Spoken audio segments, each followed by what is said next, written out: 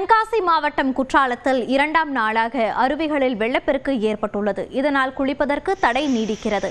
கூடுதல் தகவல்களை நமது செய்தியாளர் செந்தில் வழங்க கேட்கலாம். செந்தில், விவரங்கள்.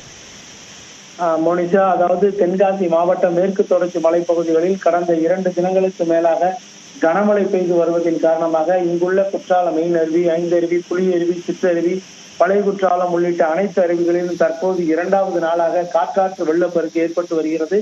இதனால் பாதுகாப்பு நலன் கருதி அருவியில் குளிப்பதற்கு தடை விதிக்கப்பட்டுள்ளதால் இங்கு வரக்கூடிய சுற்றுலா பயணிகள் அருவியில் குளிக்க முடியாமல் ஏமாற்றம் அடைந்துள்ளனர்.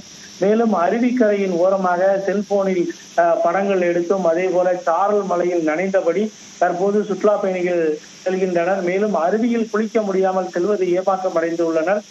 மேலும் அதாவது பாதுகாப்பு நலன் கருதி அனைத்து அருவிகளிலும் காவல்துறையினர் என்பது பாதுகாப்பு பணியில் ஈடுபட்டு வருகின்றனர். மேலும் அதாவது அருவி பகுதிகளில் யாரேனும் செல்லக்கூடாத அளவுக்கு தடுப்புகள் அமைத்து பாதுகாப்பு பணியில் காவல்துறையினர் ஈடுபட்டு வருகின்றனர். விவரங்களை பதிவு செய்தமைக்கு நன்றி செந்தில்.